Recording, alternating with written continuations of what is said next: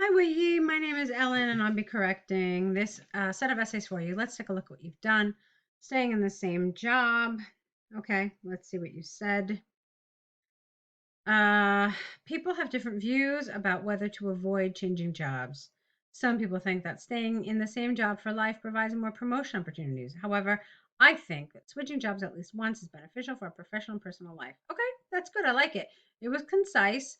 You stuck to the main points, and so it was fine. Okay. All right. So let's see. Yes. Despite the potential promotion opportunities brought by a stable job, I believe switching jobs may better help workers advance their careers and enhance work life balance. Firstly, changing jobs pushes us to master new hard and soft skills, which prepares us for higher paid and more challenging tasks. For example, if a clinical research assistant would like to work as a public health promoter, he or she needs to conduct professional training to learn more about social work and how to translate scientific findings into digestible language for community members. Okay, hold on. So, how does that relate to switching jobs? Let me see. Professional training to learn more. All right.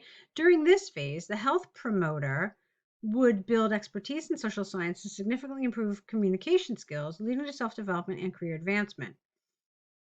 Okay.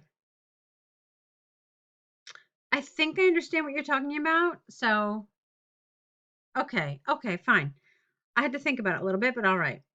Secondly, switching jobs means workers have a chance to change. Not change for, but how about switching jobs means workers have a better chance to achieve a better work life balance. For instance, many people switched to work from home jobs during the COVID-19 lockdowns so that they could earn a living as well as take care of their children who were doing distance learning at home.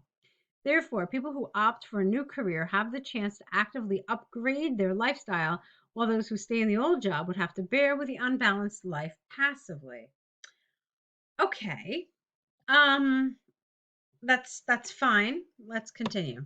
In conclusion, although staying in the same job may help people move up the career ladder, I believe switching jobs is more rewarding as it offers more opportunities for comprehensively improving professional skills and effectively promoting work-life balance. Okay.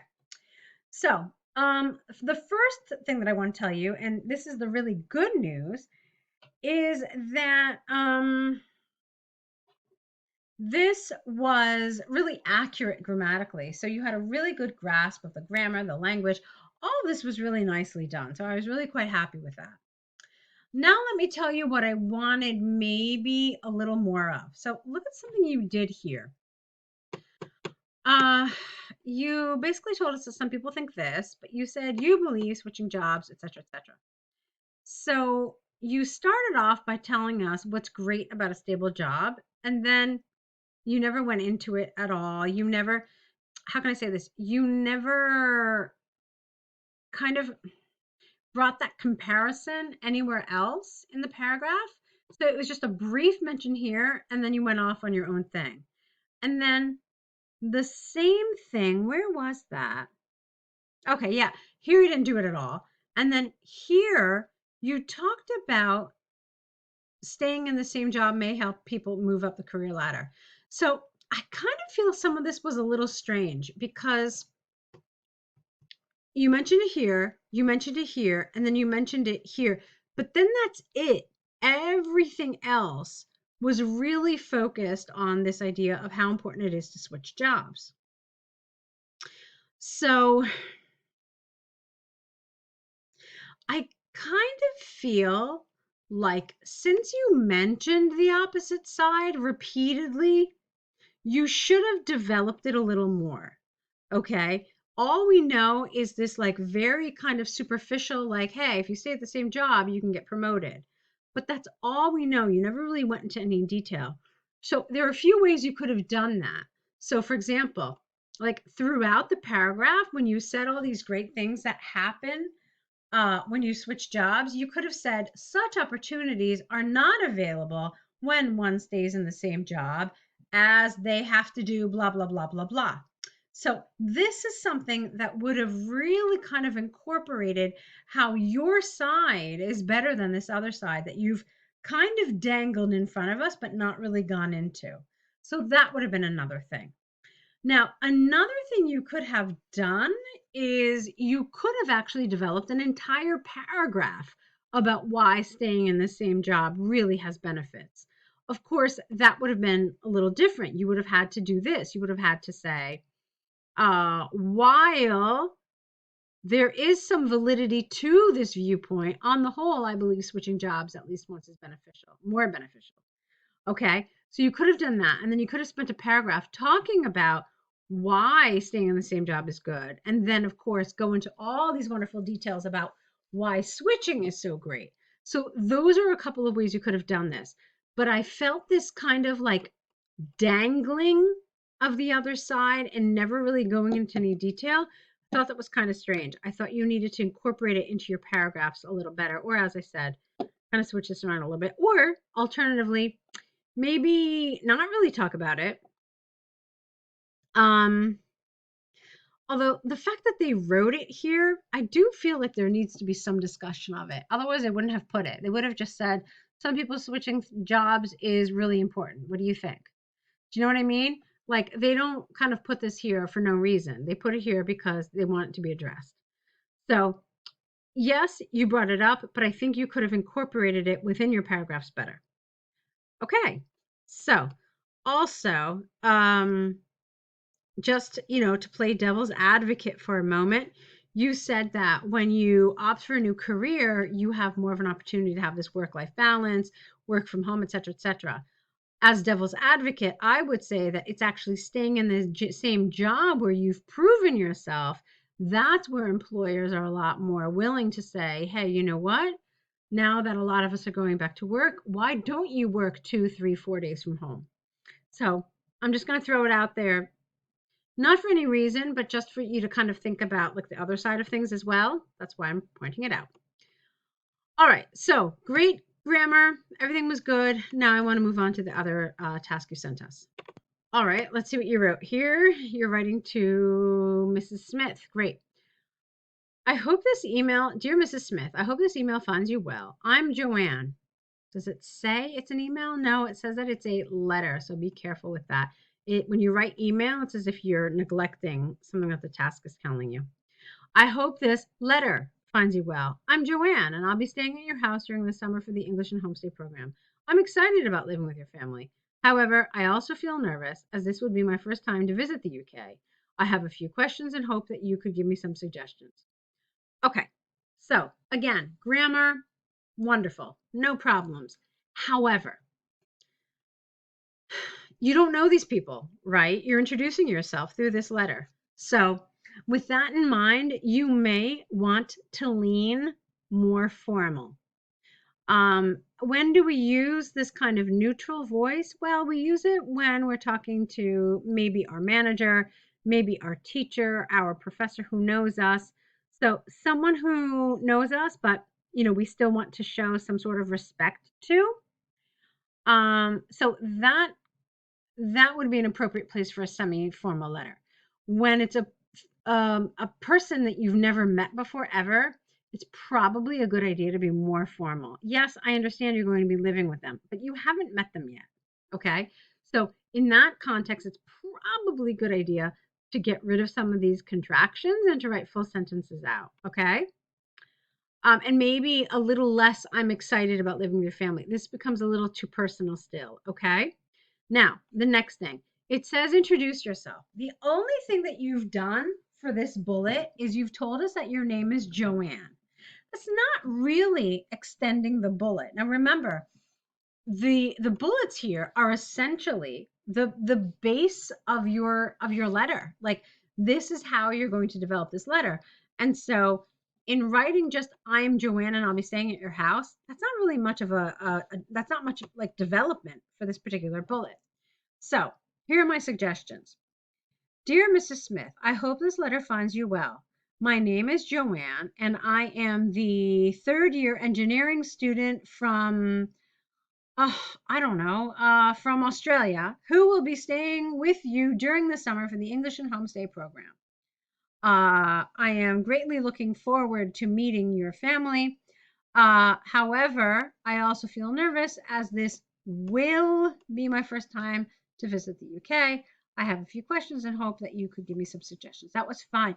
You see, I just added a touch more. You could have done more. Okay.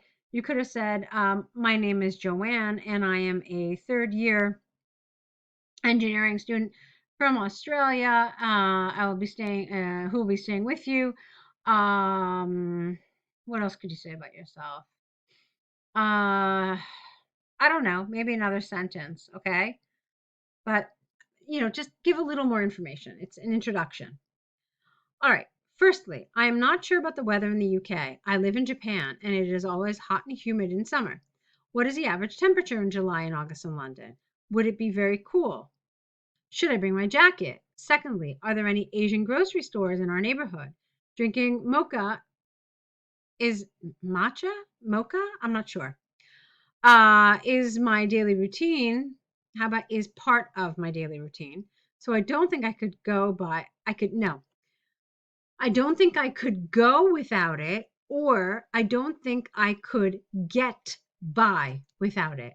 If there are any nearby stores selling Japanese tea, I wouldn't bother to put it in my overnight bag. All right, so let's talk about this. Again, this felt for me too informal.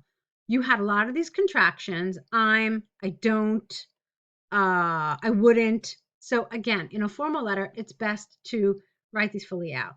That's number one.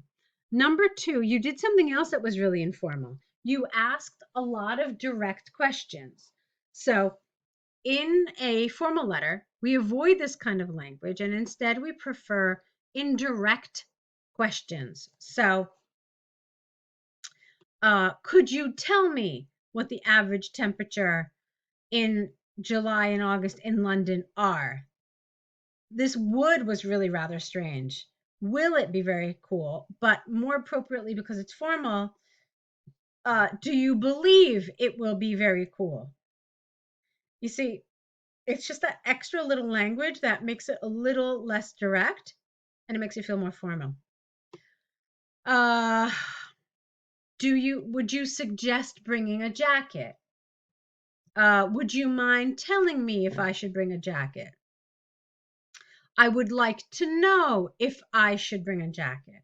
So all of these kind of, I like to call them kind of like wrapping paper. They kind of like wrap an indirect, they wrap a direct question and they make it look like something else. Okay. So they kind of make it look like a statement, but it's certainly um, it's far more removed from a direct question. Okay. Um, okay. My flight number is this, and you keep saying it would. It's not theoretical. This is part of your plan, so it should be will. My flight number is this, and it will land at 5 p.m. on July 5th. If it is convenient for you, could you please pick me up at the airport? Again, it's a direct question. I would have said it a little differently. If it is convenient for you, I hope you would be able to pick me up from the airport. If not, again, this is really conversational. You don't know these people. If not, I am sure I uh will if not, I am sure I can get public transport to your house using the tube or whatever. Um okay, so this figure out again, it's a phrasal verb, so it does lean informal. Okay. So again, because it is formal, you don't know these people. It's important to keep a consistent tone that sounds more formal. Look forward to meeting you in person. That's fine. Yours sincerely, that was fine. So yeah, the grammar and everything was good. It's just important to really keep the register appropriate. It's important when you read the task that you understand what it is. Is it formal? Is it informal? Is it semi-formal? Like neutral? Okay. It's important to understand that. Um, So other than that, I thought you did a good job. Again, you needed to do a little more in terms of introducing yourself. Remember that these bullets are the basis of what you're going to write. And so you want to give each one of them a decent amount of time, okay? And a decent amount of, like word space essentially. All right. So I hope you've enjoyed this correction. I see a lot of good things in your writing, but I think that you do need a little guidance because perhaps you have been focusing so much on your language skills that you haven't really grasped what IELTS examiners are looking for. So if you would like to work with us to kind of overcome this, I'd be very happy to see you. I think that the essay corrections would probably be a good choice for you. So see if that's something you want to sign up for. I look forward to working with you, and I want to wish you lots of luck.